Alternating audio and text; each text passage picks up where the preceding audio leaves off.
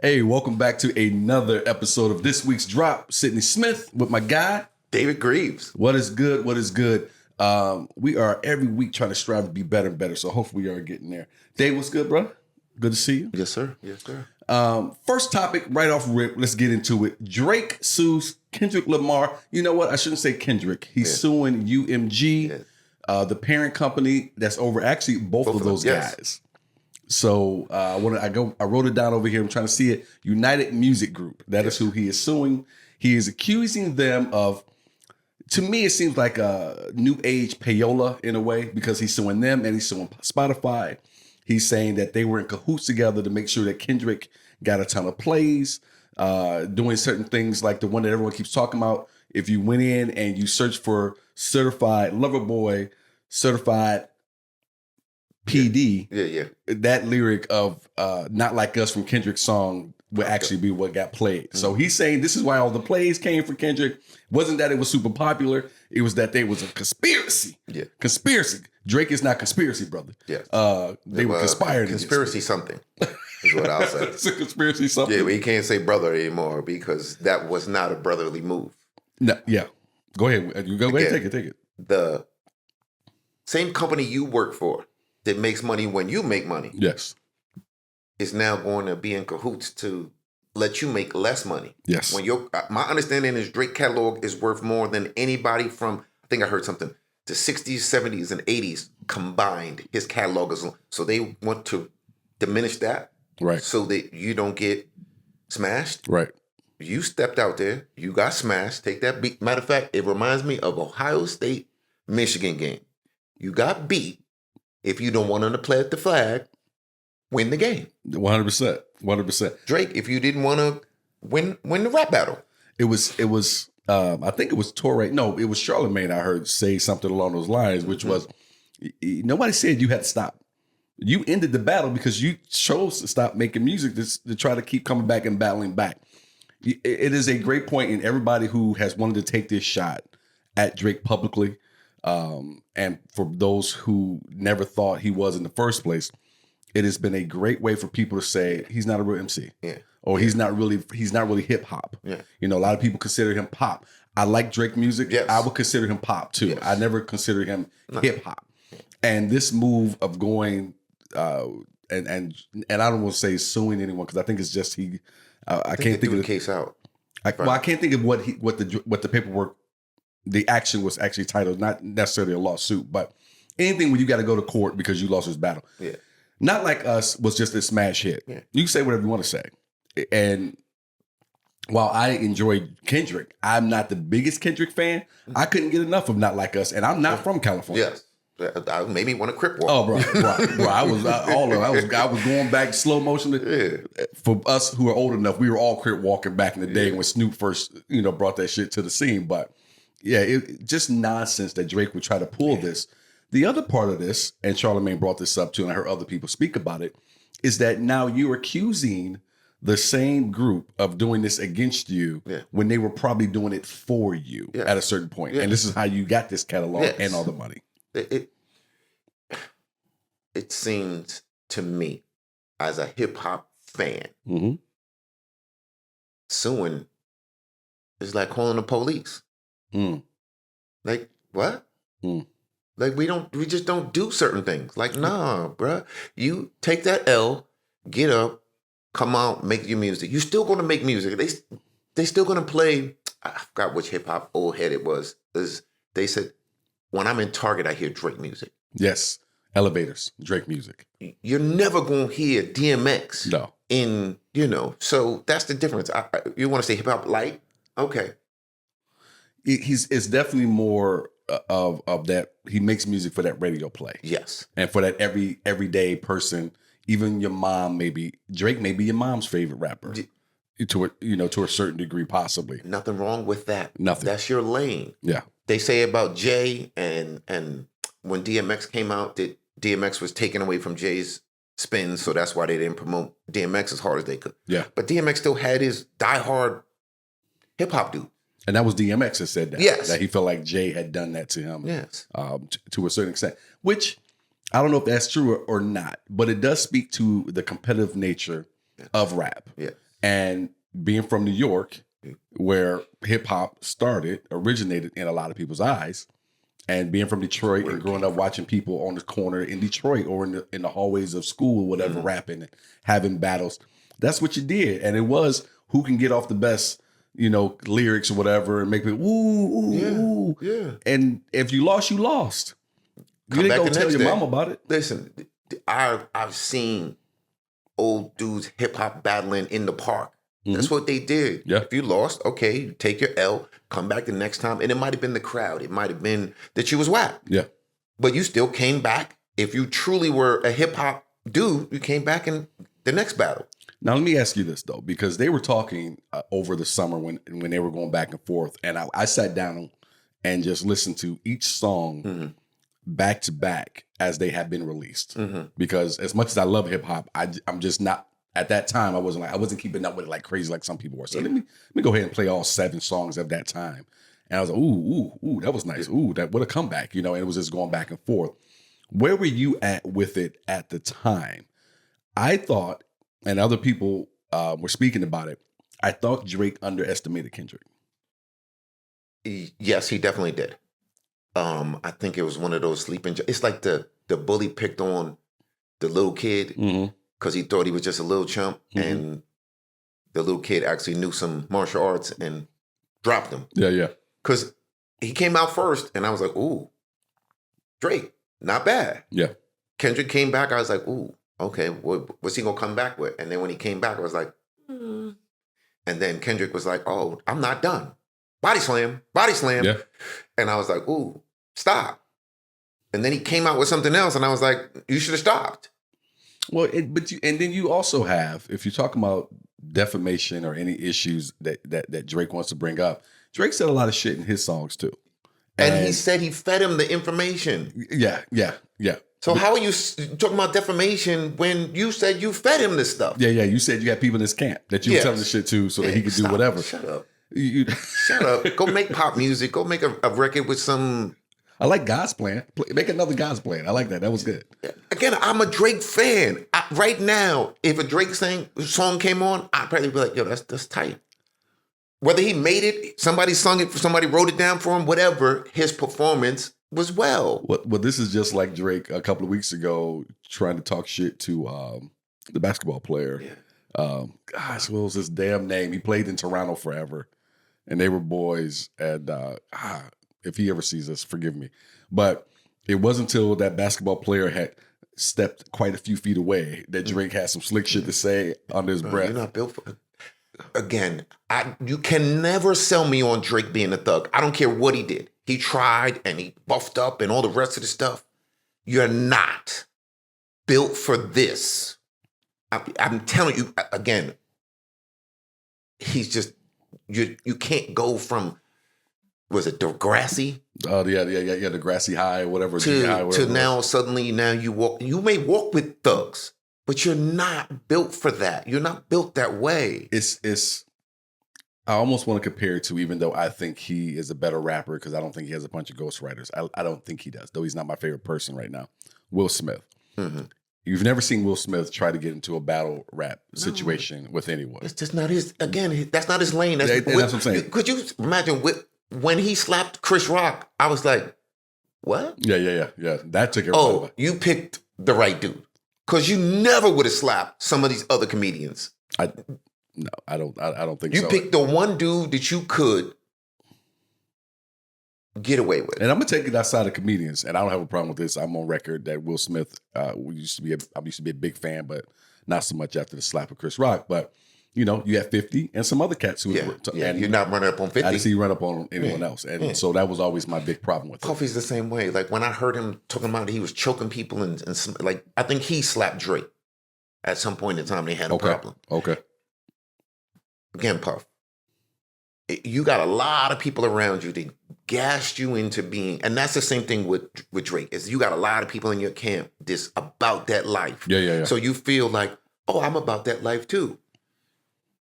All these singers and song performers or basketball players that get jumped into gangs or paid into gangs. Mm-hmm. Like I went to jail, so now I'm officially again, if you've ever been around them real lifers, like this is their whole life, gangs, you're not built for that. I'm a huge defender of the little guy in terms of I just don't like bullies. Mm-hmm. No. I can't stand it. And I felt like with Drake, he thought he was going to get over. Now I heard someone else say early in the summer as to concerning Drake and Kendrick, Kendrick never puts music out that quickly. Mm-mm. He likes to take his time with it. And they felt like that surprised Drake. Like Drake thought he was going to have some time. I think Kendrick, I can't remember what two, but he dropped one and then dropped another the next day. Yeah, I think it was like 3 and 4 he came out with, and just that's when he again. The first one Drake came out with, it was like, oh, okay. And then Drake came out with the second one where he did the Tupac. Yeah. It was great showmanship, but it was disrespectful. 100%. And that's what I'm trying to say is, Drake, you are a master performer. Again, you did your, like, I could see him on the TV like Will Smith. I could see him and go, oh, okay, yeah. But as a tough dude, stop it. Yeah. So you picked the one tough dude that you could have, and you decided to try and rap battle when you don't rhyme, when you're a singer. He's one of those singer rappers that again, there's a whole bunch of them that sing and rap. So, stop it. You're not a thug, and you're not built for it. Let it go. Go back to making a double album and sell to the little girls and the little foo. Because this was definitely the weakest thing he could have done, was to this legal action.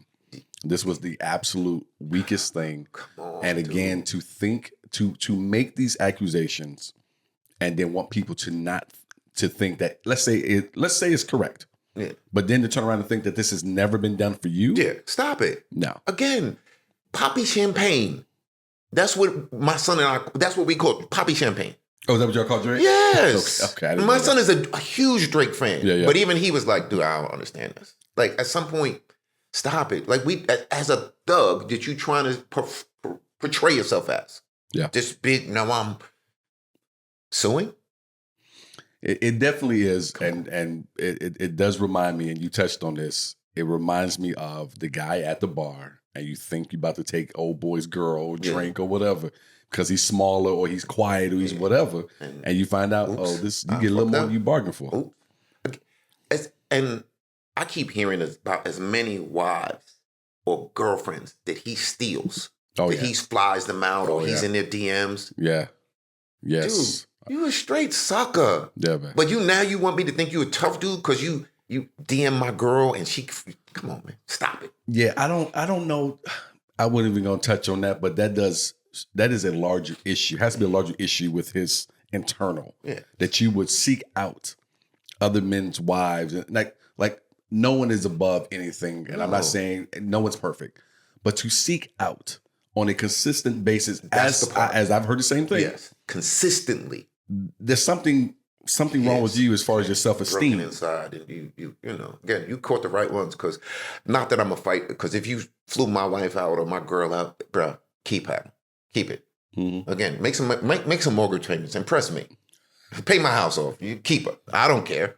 She could be yours on Fridays and Saturdays. Woo! You said make some mortgage payments. Yeah, 100%, bro. What's the IG clip when man show up at the house and my man's like, yeah, that's my wife. He said, well, you tell her I'm not gonna be paying this and paying that. Yeah. Oh, he wait, said, well, you paying that? I'm outside. Yeah, I'll send her outside now. He said, bro, I'm just kidding. I'm a cousin. I was just playing. Yeah. So exactly that. But yeah, there's got to be something definitely broken. Yeah. And whatever status he had. Yeah. As much as we want to say we don't see him as such, whatever status or whatever outlook people had on him in terms of him being a hip hop head, I think it's gone by the wayside. Again, at least for now. As a rapper, as a performer, love Drake music. Can't take nothing from it. But you went into rap battling because you were able to kind of bully Pusha T. Yeah. So you figure, well, I can just bully him and I'm gonna bully everybody with the same method. Yeah. Because I sell more, so I'm bigger. The little guy always comes out winning in the end if you fool around. Get the wrong one, man. Yeah, you just picked the wrong one.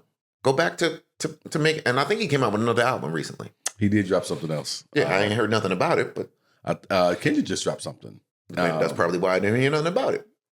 Charlemagne, and I say this a couple of times on here. I don't agree with everything he says, but sometimes he'll get a couple of things off, and I say, "Oh, that's smart." He said his advice to Drake was just go away, let people miss you, and then come back. Yeah, just go enjoy some of that money you made. Sell your catalog, then you ain't got to do nothing else. It's just weak. It's relax. weak. It's weak shit. It's weak shit. Smelling like. I'm sorry. Drake smells like what? Yep, exactly right. Yeah. Stop. You got that clip ready to go over there, sir, by chance? Because we wanted to get into and circle back because we wanted to do this last week and we didn't get a chance to get into it. I've been waiting. Dave's been waiting to jump into this one again. And so I wanted to circle back to it because there was a great clip, a great interview done by Charlemagne and DJ Envy.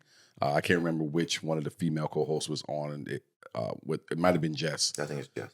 But they talk about alpha women having a hard time dating, and Jess gets into it a little bit. Let me roll my eyes completely. Jess gets into it a little bit as well. And so we're going to listen to a little bit of what was said, and then we're going to come back out on the other side. And she says she's an alpha woman, and this is what she said. I was also an extreme alpha in my first engagement. I had 2 engagements, called off 2 weddings. My first relationship that I was engaged to, I was extreme alpha. So even if he tried to be alpha, I left no space. It was like, hell no, by all means necessary, because I said so, you can walk. Yeah. I chose a man who was beta because my alpha needed to be inflamed. But my second engagement, he was alpha. But not only was he alpha, I was ready. I had these submissive feels in me already. So by the time we got in a relationship, I was a hybrid by then. I was alpha submissive. So I was cooking. He was daddy. I was soft. I was in my feminine. And the blessing of that is I got to experience both. So how do you feel about that, Jess? Because I wanted to hear what Jess was going to say real quick. There's yourself an alpha woman, right? I do. So how do you feel about that? Was it hard for you to find a man at one point? Hell yeah, always, all my life, I feel like. Up until now, yeah, like, just because, and then it's something about an alpha woman, I think that's what she also was kind of playing at, but speaking to, but she didn't really go into depth with it. We, as alpha women, we attract the opposite. We attract men who you submissive. end up, who you end up, having to, and then sometimes it goes a little bit further where you attract men that want you to take care of them, and you end up taking care of them until you look up and be like, hold up, it's been 2 years or 1 year, and nah, you know what I'm saying? So yes, I've been the alpha in all my relationships, and then I've also dated a few alpha men, and that's where you see the clash at, because it kind of feels like a competition sometimes. So do you feel like you have to be a little submissive, like, I guess, not as strong as an alpha woman as you feel like you are, but you have to kind of take a step back a little bit? Because now I'm like more soft. I'm more in my, I still got my ways, my alpha ways, but I'm more soft. I am submissive in my relationship now, where in the past. So I found it interesting, and I liked that conversation that they were having. So I wanted us to circle back on it. And of course, in the comments, if you have anything, please let us know what you think about it, and share, and subscribe to the channel as well. Dave, where were you at in terms of what you just heard the doctor say, and where Jess Hilarious was at with her take as well? Okay. The doctor said she was an alpha. And in her first engagement, she wound up picking a beta. So she could be the alpha. Right. And then when she met an alpha, she had to submit. Correct. We've all been in the room with other alpha men. Through everything, I'm always around, alpha men. We always fall in a line. Right. I don't think there's such a thing as an alpha woman. You can be a strong woman. Okay. Again, I think that they have taken this new alpha term and just started stamping folks with it. Like the toxic male is an alpha male. And then an alpha female is a strong woman. Because you're strong, because you make money, does not make you an alpha. It makes you a potentially desirable woman for some people who want the money, who want a powerful, strong. My wife is strong. Your wife is strong in their own lane. Right. But an alpha male and an alpha female, the woman is automatically has no choice but to submit or walk away. And that's what they did for both of them when they say they get around a real alpha. Their alpha is not my alpha. Okay. So you have to either fall in or you have to go away. Right. So being a strong woman doesn't mean that you can't fall in line. Because again, even as alpha males, when we're around other alphas that may be higher on the pecking order, we fall in line. I'm still an alpha. And you can see that with men anytime in the military, on a sports team, where you have a bunch of, in order, especially to be the elite of athletes, you have to be an alpha because you come from a situation where you were the alpha. Yes. And then you get in the room like, oh, that motherfucker's more alpha. They're not my alpha. And maybe not by your own choosing, but it's just the way it is. And you have to, as you were putting it, figure out, I'm either going to have to fall in line or I'm out of here. Yeah. By my choosing or by their choosing. Yes. So you make a great point. Yes. So again, an alpha female does not exist. A strong woman exists. And because they've had to be so strong for so long, they'd say, well, I'm an alpha. No, you're just a strong woman. Amazing that you're a strong woman. But when you meet an alpha male, there is no way that me and you are on the same playing field. Gotcha. So you might have more money than me. You might, again, both of my ex-wives made way more money than I made. Right. But I still am the man of the house. When it comes time to where we're going, what we're going to do, if somebody comes in the door, oh, baby, you're the alpha, you go get him. No. Right. And it's, what I took was kind of the same thing that you took from it. You had two women. I'm going to go ahead and say alpha females because that's what they chose to call themselves. And that was the topic that they had, that's the topic we're talking about. Both of them, in order to be happier, figured out, I need to be submissive, as they use. That's not my term, ladies, that they use, or take a back seat to a certain extent and let this man step forward. It is, or be what he's supposed to be. I shouldn't even say step forward. Let him be in the position that he's supposed to be in their eyes. It is a thing, though, and I'm glad that the doctor talked about it initially, where she was choosing to be with beta males. Yes. Because beta males do exist. Yes. And I tell women who want to be alphas, just go get yourself a beta male because that's what you want. Because the alpha's never going to let you do it. But at the same time, those alpha females never really want a beta male. No. I want someone who's going to challenge me. And it's not till, for whatever reason, maybe time, age, whatever it is, do they figure out, all right, if I want this alpha male, there's going to have to be something that I do inside of me. They both said softer. You're a woman. You're not a man. Yeah. I don't want to push on a wall in the bed, or when I'm doing something where we have to compete or fight because you think you're an alpha. You're a woman. Right. Be a woman. You could be a strong woman. I'm not telling you to be shaky and scared. No, but you're not a man. I shouldn't have to come home and fight with you. I was getting ready to say, I got enough to do to make shit happen in the street. Yes. Don't want to have to come home and compete with you. Just softer. Softness is not a bad word. And I think that's where the alpha, for me, for a woman, I can't say those two things together because an alpha is a strong in every which way that they can, in my eyes. Think about it. I might not be the strongest dude, but I'm stronger than most men or stronger than some in my peers. And some people, when they have these conversations, they always try to break it down to a race thing where white women are more submissive. Again, not my word, ladies, the word that was used, are more submissive than black women.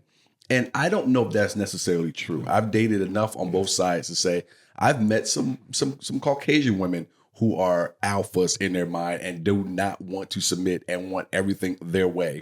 And then I've met women on the other side who are the same way. I got into it with some relatives of mine years ago. And I feel like that race question is always something that's brought up between women amongst themselves in these conversations. It's just black women who see you dating somebody besides them. But they didn't want you. They weren't willing to to date you or give you the time of day. But as soon as you start to date somebody else, now it's, oh, you sold out your race and you know, stop it. Yeah. Stop it. Yeah. You've had plenty of chances. You never answered any of my DMs or anything or emails or when I said, hey, how are you doing? Would you like to go to dinner? I'm not going out with you. You're not a... And it's a multitude. Like they always like to break it down. Women like to break it down to one or two things on why. I was watching. I'm gonna turn the conversation just a little bit to make a point.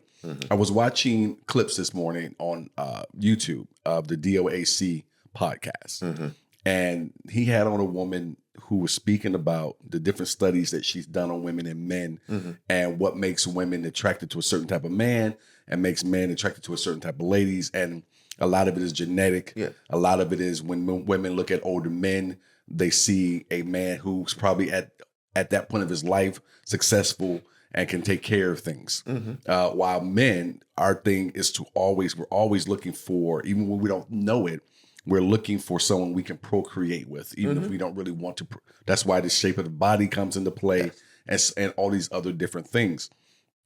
And she got into this conversation about where women compete with other women for men, especially when you talk about on college campuses or in any area, let's say like Phoenix, where what do we say the ratio of men and women is? I think it's 7-1. 7-1, where women understand that there are slim pickings for them, and they start to do different things that wouldn't be in their nature.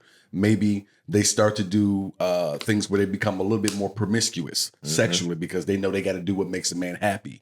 The other thing is they start to cut each other down because they are so competitive with each other in terms of trying to get a man or what they consider to be a good man out of that small pool of men. Yeah. And so that is one reason you see these conversations that men often find themselves bothered by when we have discussions privately or on a podcast where, for the sake of argument, what you were saying, black women say, y'all only go to them white women because they're weaker than we are. And that has nothing to do with it necessarily. But listen to her speak about it. You are going to find whatever it is, you can cut those other women down because you feel this competitive nature because there's not, in your eyes, a lot of good men left to be had. There are good black women. There are good white women. There are good Spanish women. Women are women. Yeah. You're either good or you're not. Some women understand that the 1% that you guys are all trying to get, the 6'4", six-figure man, there are only a couple of them. And there are only, if there's 10, 4 of them don't want you. They want another male. Right. So that leaves 6 of them. 6 of them don't want somebody who doesn't make 6 figures and better. So that eliminates another 4 of them. There's maybe 1 or 2 guys that you might have an opportunity to get. And if you're, whatever he's looking for, again, women, we want soft. We don't want hard. The world is hard enough, especially for black men. We want soft. We want somebody who's going to put the battery in our back, not chisel us away and try and break us down. Just one of those public service announcements. But we don't want hard. It is something for, even for your toughest man that is out there, or your man that is out there really striving. And I'm not talking about dudes who are just getting by. I'm talking about men who are well-to-do, who are captains of industry, so on and so forth.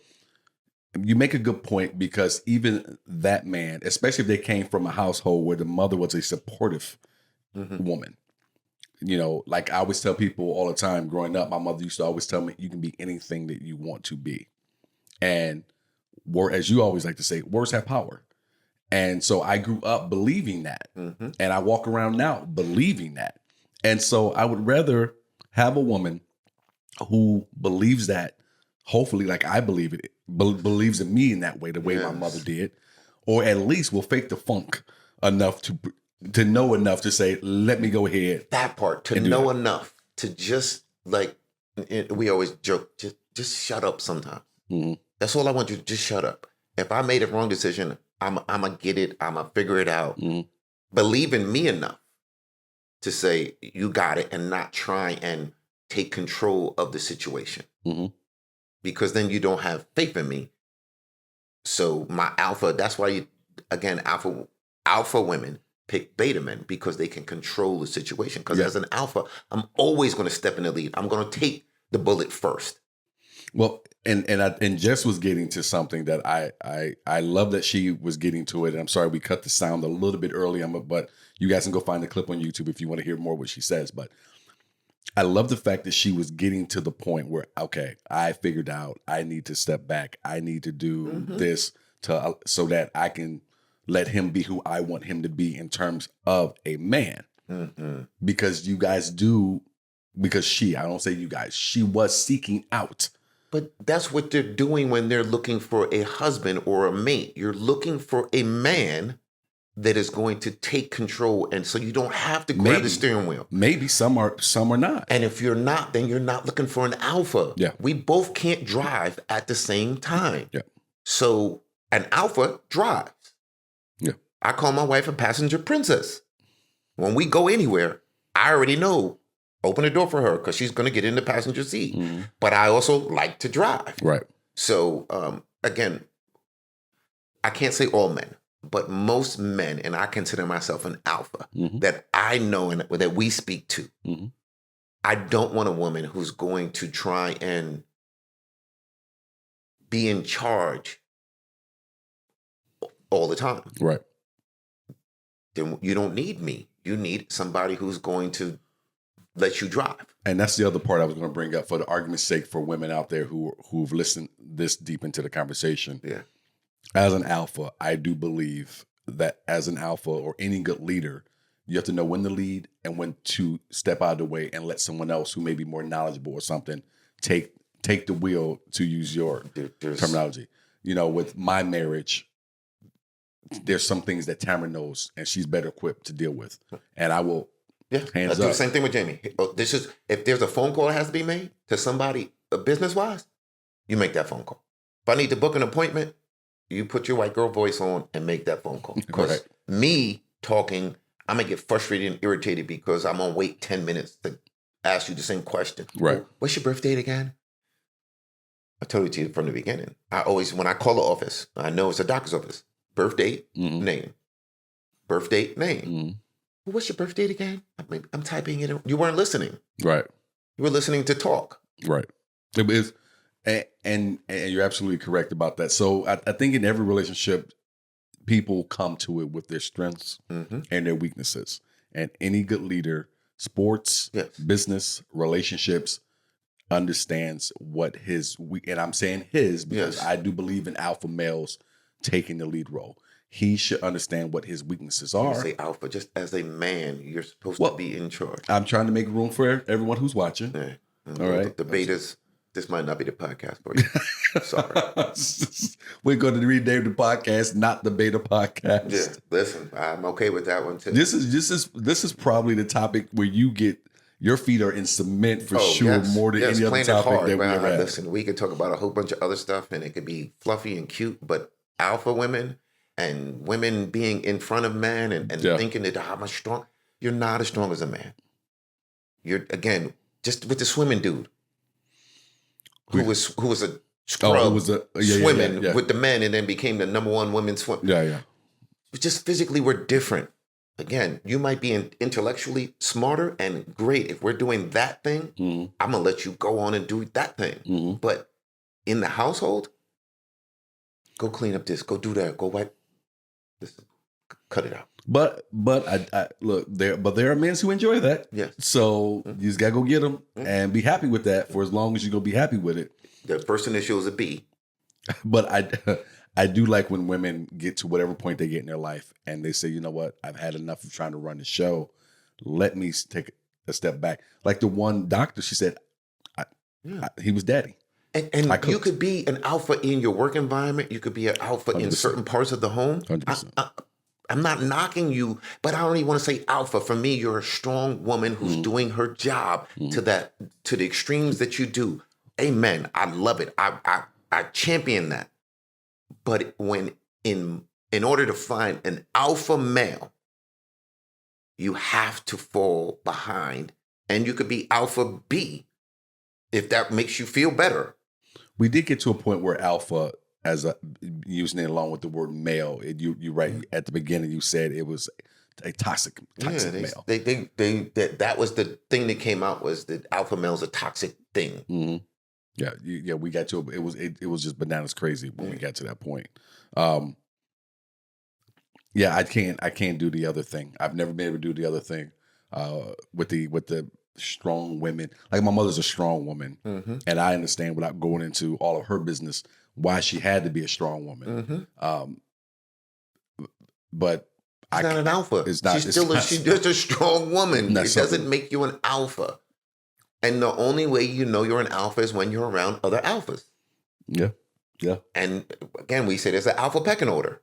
If I go into, a room with CEOs and I might still be the alpha, because your paycheck doesn't make you the alpha, but we know an alpha. When you see an alpha, another alpha, we like, okay, you know what? That dude, he knows what he's doing. Yeah. Let me fall back. Yeah. I don't know this subject. But if it's my subject, we might have to tussle a little bit and figure out who the alpha is, Which is always your favorite thing.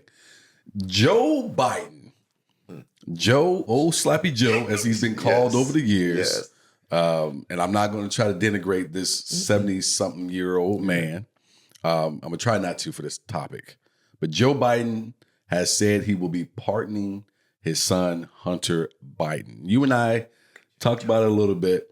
As usual, I want you to go ahead and take the first leg on this one. Where you at? I would have did it. Okay. I'd have did it. Okay. Again, you don't have to like. It don't matter. I'm the president, and this is the last thing I can do is to get my son off of these felonies that, he did. Because my question for folks is, so if Trump get in there and he pardons all of the people who... The J6 folks. Prisoners of war is what Trump calls the people from January 6th. There was another term he used that I saw them up. They are insurgents, all right? But he does. But if he, again, as president, there's going to be some people whom you pardon that everybody's not going to agree with. Yeah. If it was anybody else, how many times do we cover for our children now that I'm not going? The biggest opportunity for me to cover him and kind of help him, because he got misdemeanors. Look, no, sir. You wouldn't pardon your son?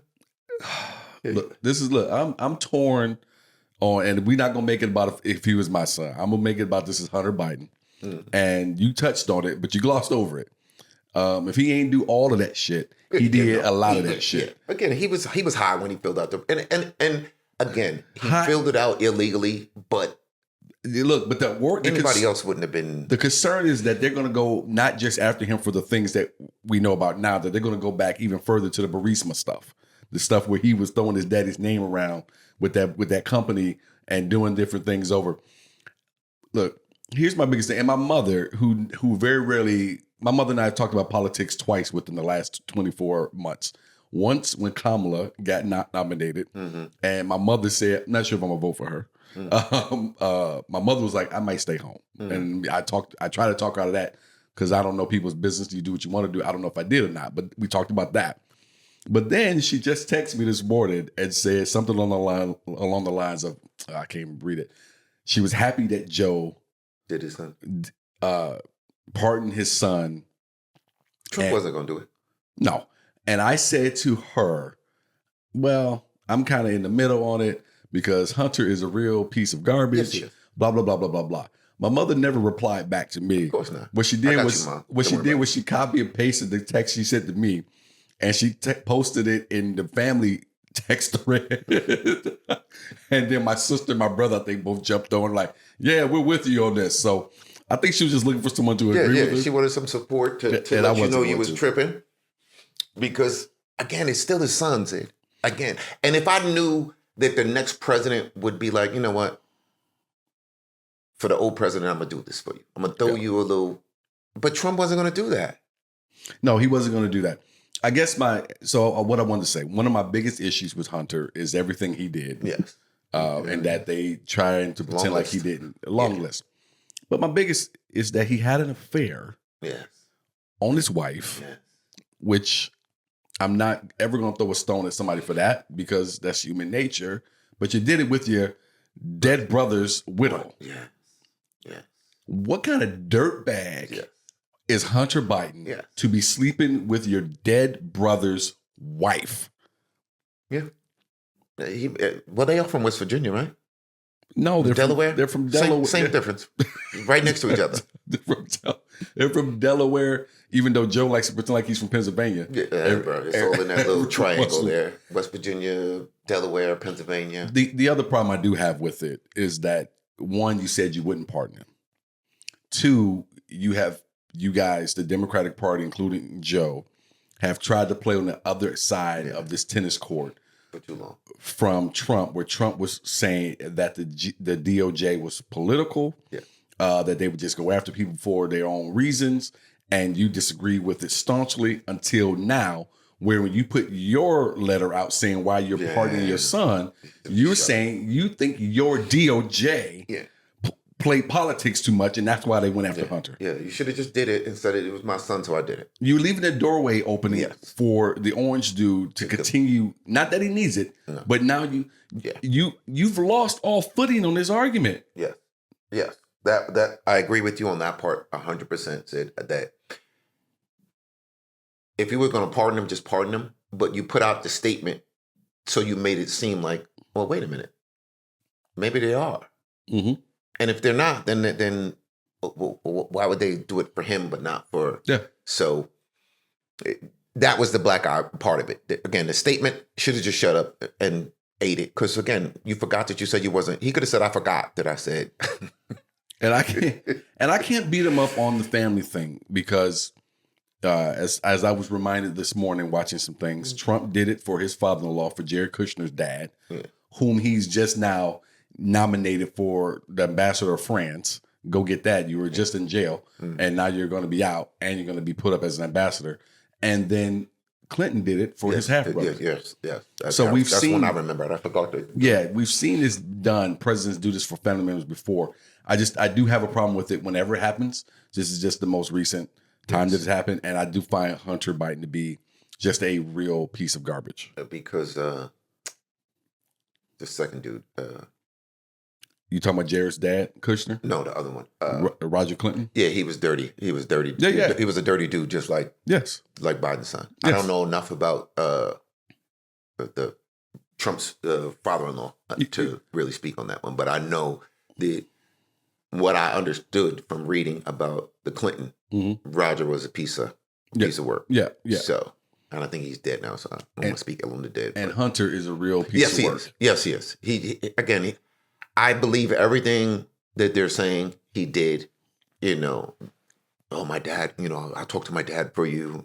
I got a connection. And then tried to craft the letter of why he was doing it, to try to pull on the heartstrings of America. And speak about being a father. If you notice, when you hear them, if you go and look for the letter and read it, or you listen to them talk about it, he closes he talks about being the father and the president. The father came before president to let you know this is why I did this. He did it because that was his son. Yes. And not because it was a presidential thing to do. And again, no, and you're right. And then threw your own DOJ under the bus as well. Yes. Again, and this is why Sleepy Joe is on the way out. Because I think he forgot that he was saying that everything Trump said wasn't true. And then, oh yeah, but wait a minute, we're going to use this now. I don't think he forgot. I think we were talking about this yesterday, the other night, actually, when I was hanging out with some friends of mine that I was just telling you about. And I try to, what's that? I try to break it down. I try to break it down this way for people, because a lot of people don't get into politics the way I do, the way you do.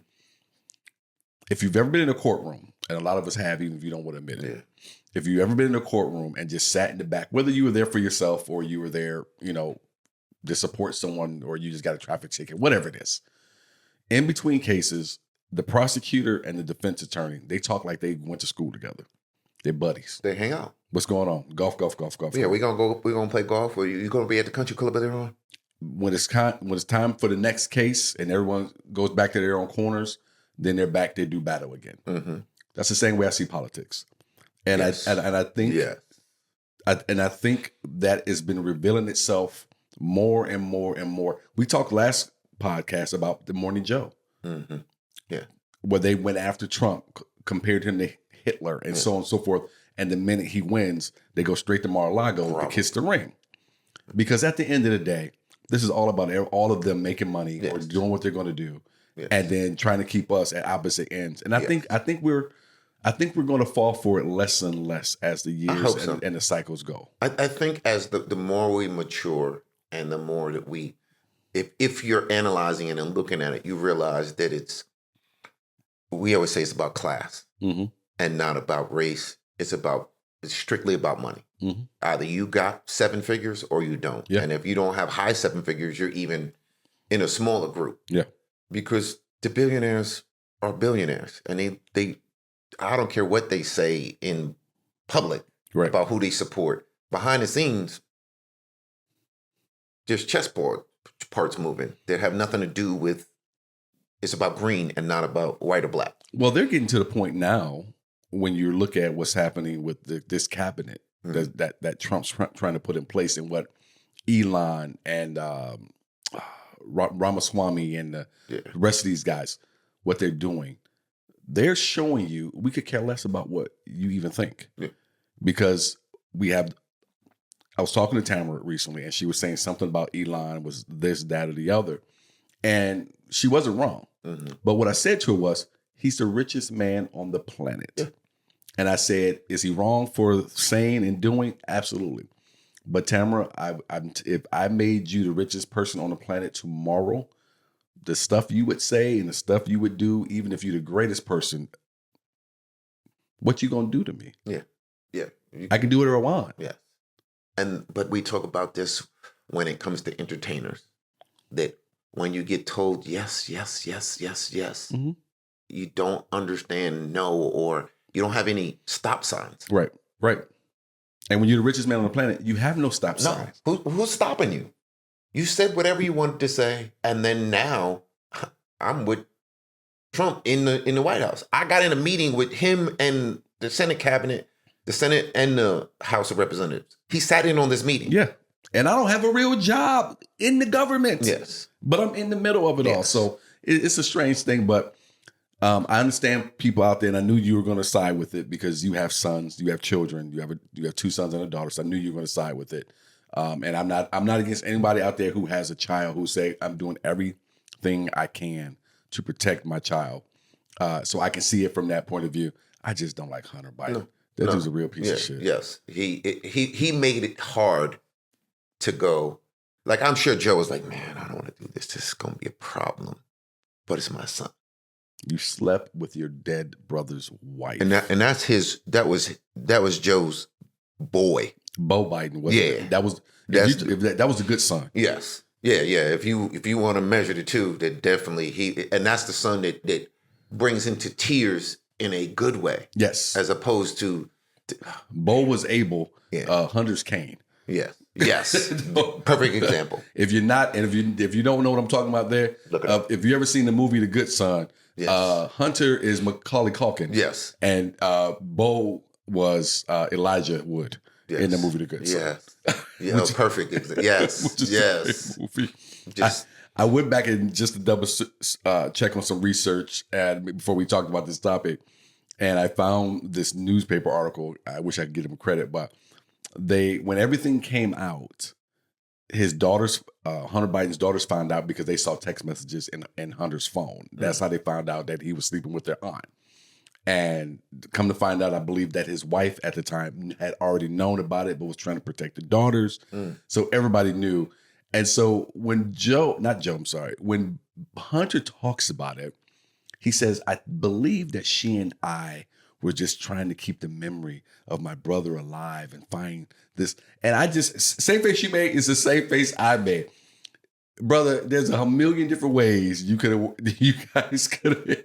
Besides smashing your sister-in-law. Your brother had nothing. Your dead brother's wife. And what do we always say when stuff like that happens? Because we talk about friends who sleep with friends' wives when the divorce. How long, or we talk about even. I was thinking about it the whole time. How long you been thinking about it? Yeah. Or we talk about a friend who's now dating a friend's daughter when she becomes of age and all this stuff. How long have you been thinking about plotting and planning that? doing this? Mm-hmm. Because it didn't just pop in your head. Oh, well, it happened. For 6 months, y'all been doing this? Like, it didn't happen once where y'all was drunk and it accidentally happened, which I still believe is horseshit. Yeah. But, y'all were dating for a while. Yeah. They were doing that for a while. It wasn't a one-time thing. Yeah. It was an ongoing relationship. They call it an affair. So both of them, again, I think about her the same way I think about him. 100. I think about her. I think about him worse. But yes, because that's your brother. That's your brother. That's your brother. And you did. I might have let him do some time in jail first. If I was Joe. It was just something. Just sometime. Just put him in a holding cell for a couple of days. Let him go for a couple of days. I'll sign this paperwork after that.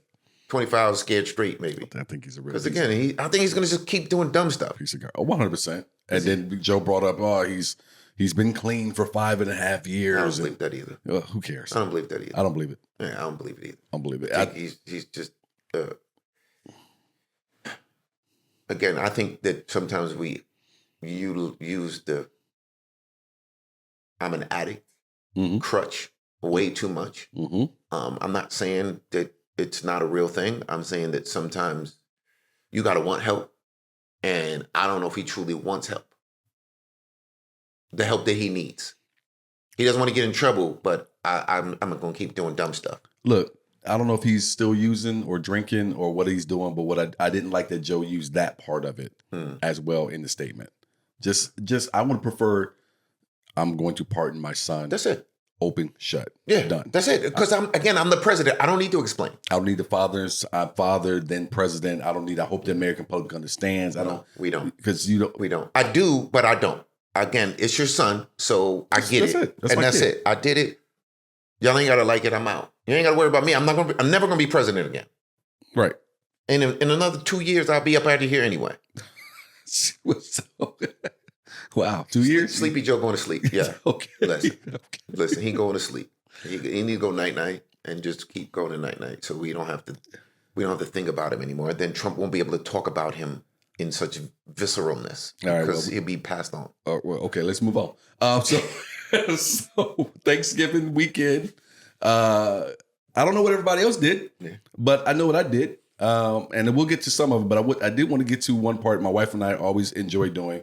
Well, excuse me. We only got a chance to see one this weekend because everything else tickets were selling like hotcakes. We went and saw Wicked.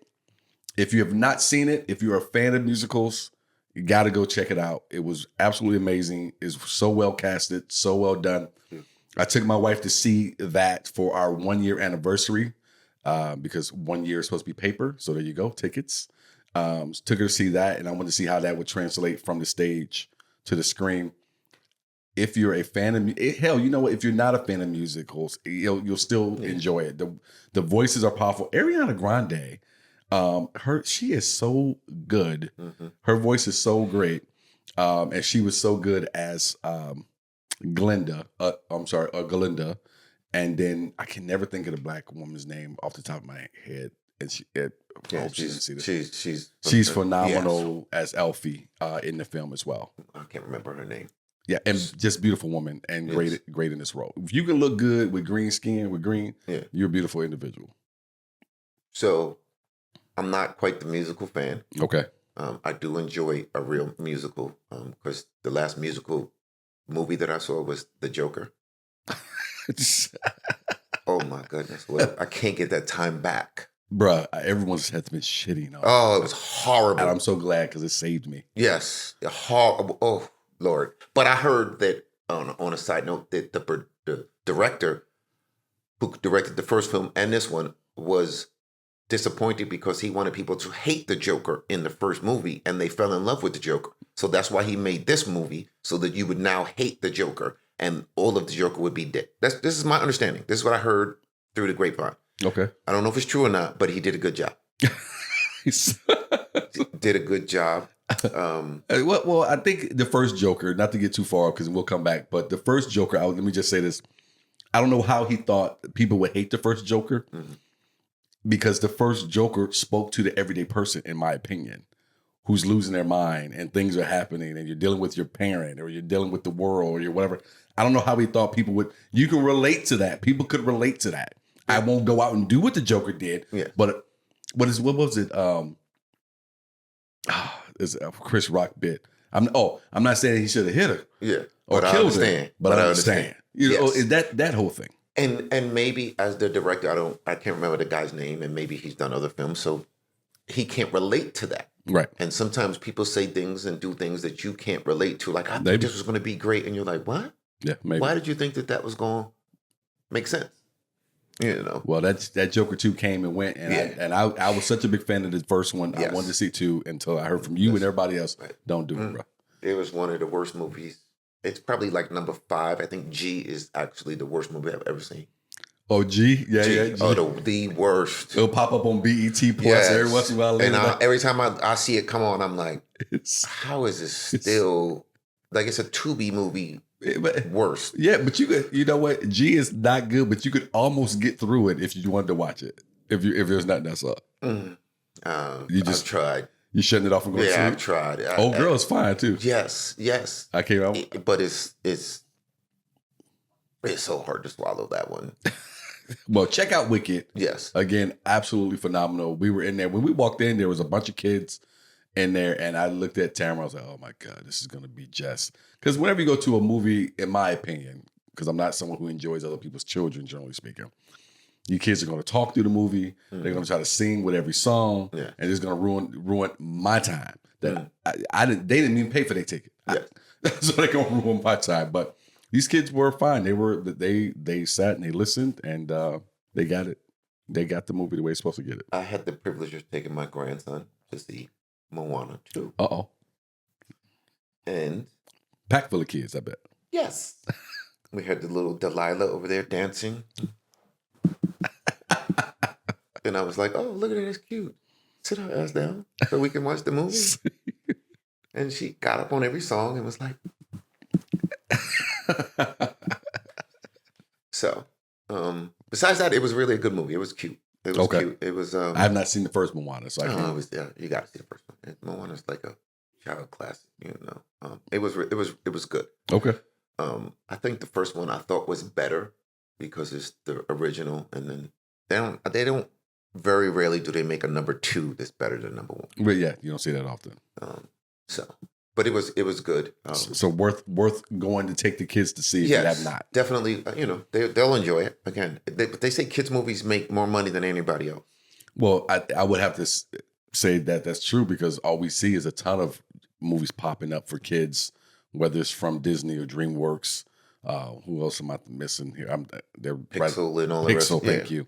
And a ton of other companies that have tried to pop up and recreate the same thing that they're seeing in front of them. So I think movies for kids, and then I think movies for women. Yeah. Oh yeah. Chick flick. All day long. You know. I don't want the podcasters out there to be mad at me. Them alpha females come for get you. me, right?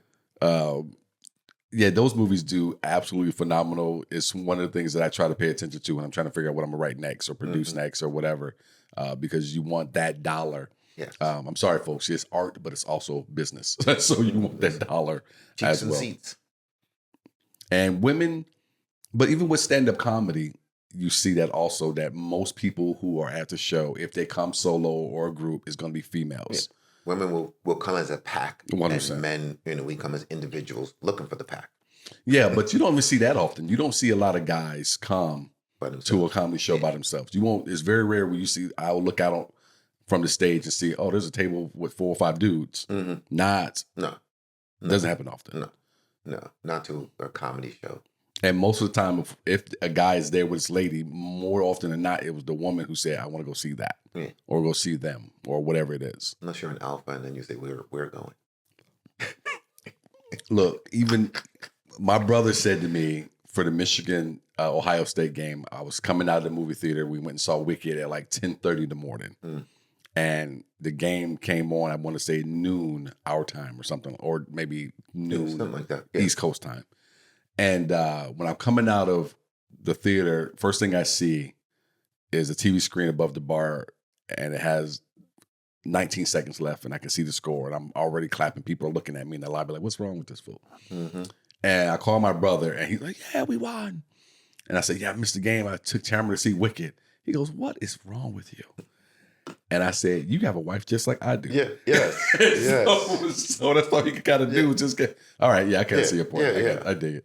We definitely, when you're married and you want to have a successful marriage, you understand that there are compromises, and like I would really like. Okay, yes, dear, that's what we're doing. That's how you keep a strong 5.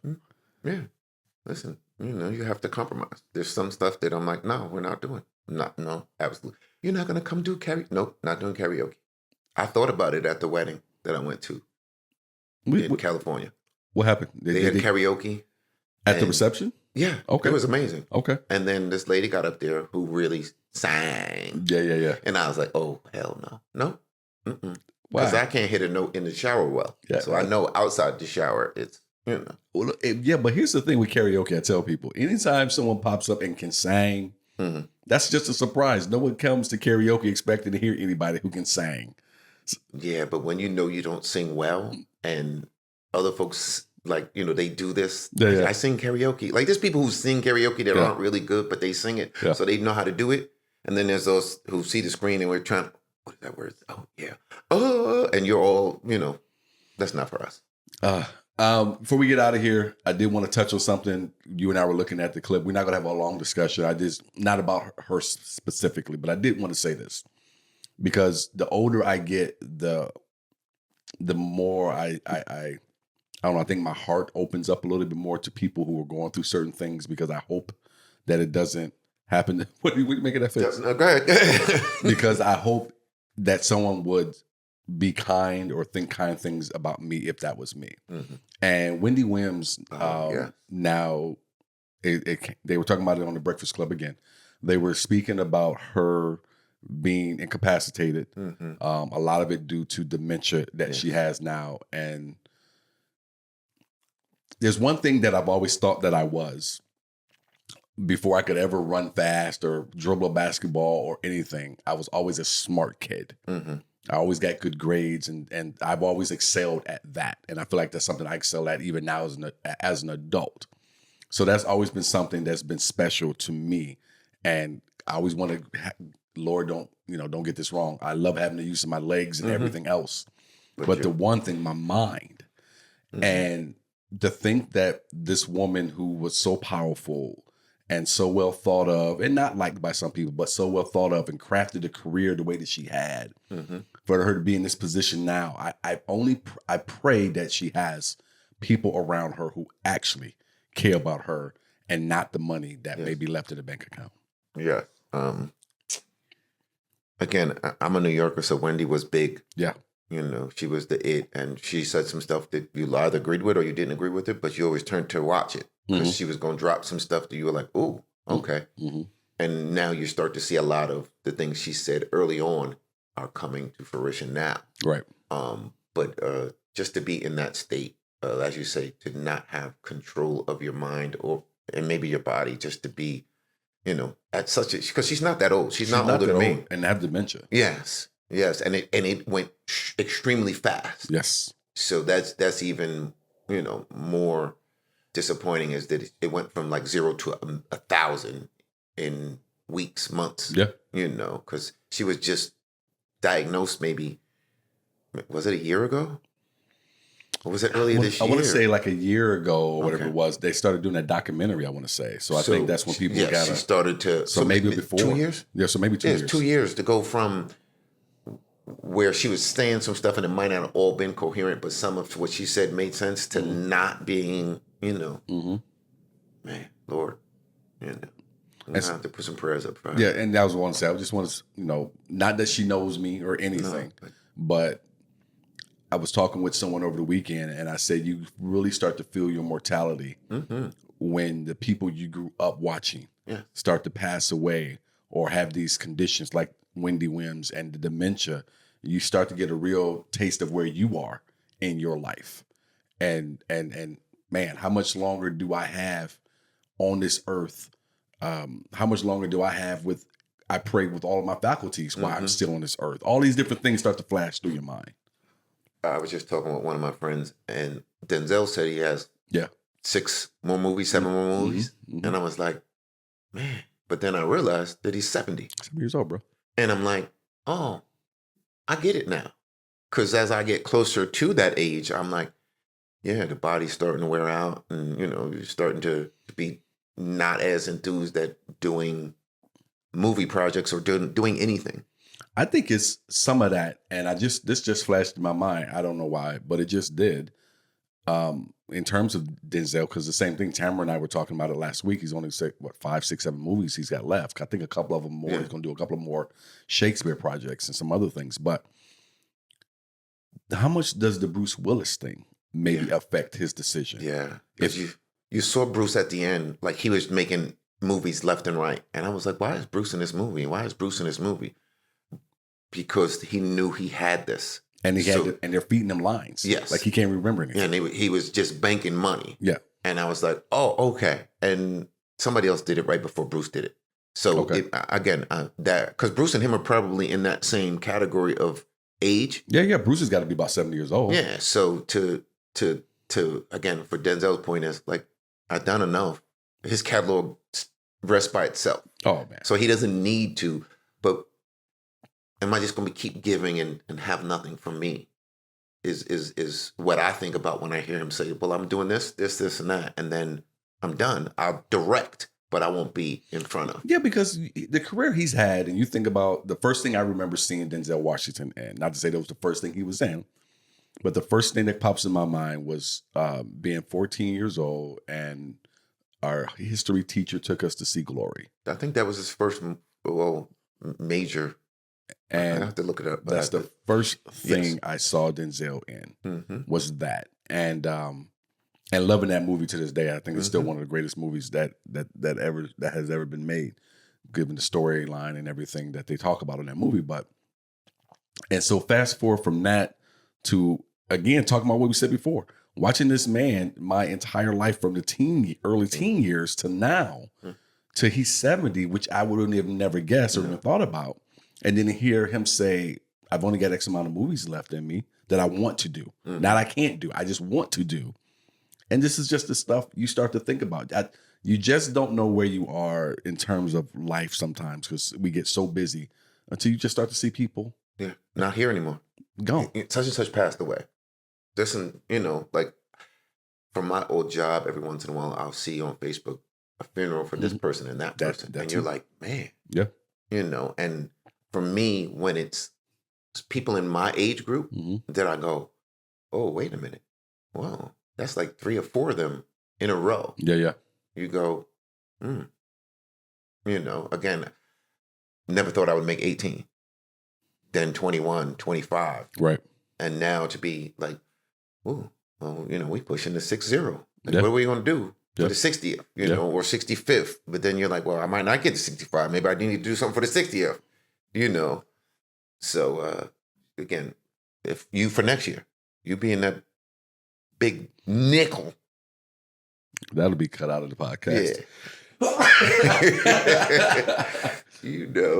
You start to, you just start to go, how much more? Because for me, it's I have more behind me than I do in front of me. Right. And at a certain point, you start to like, when you're in your 30s, you don't think about that. Then your 40s, you start to think about it a little bit. When you hit your 50s, you're like, times 2 is 100. Like, ooh, I don't know if I'm gonna make it that far. Well, so there's less.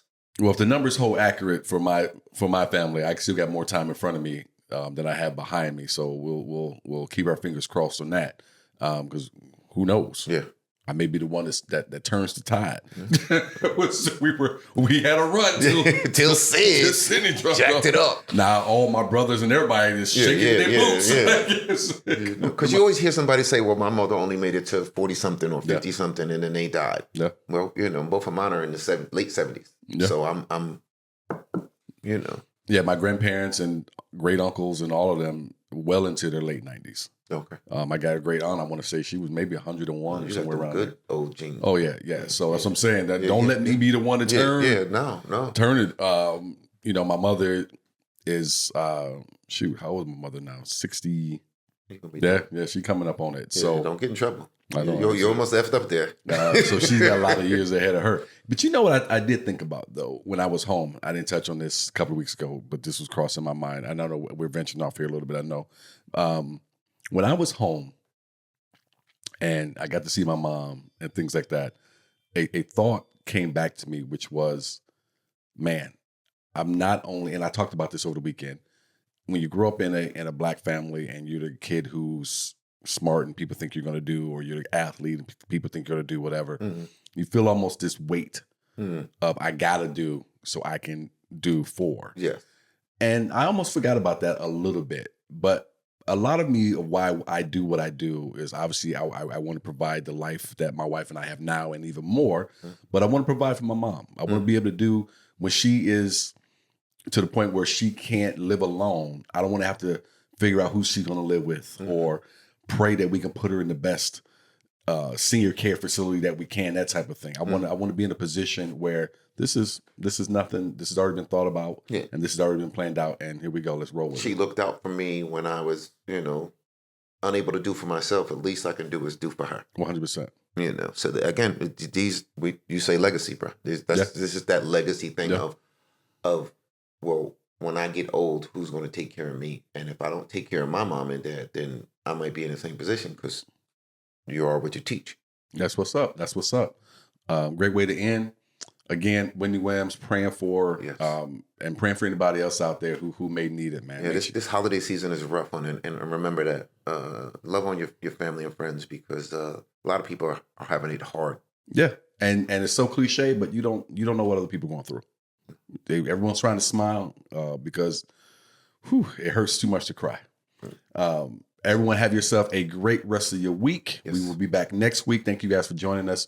Don't forget, subscribe, share. Yes. And have a good week. Thank you.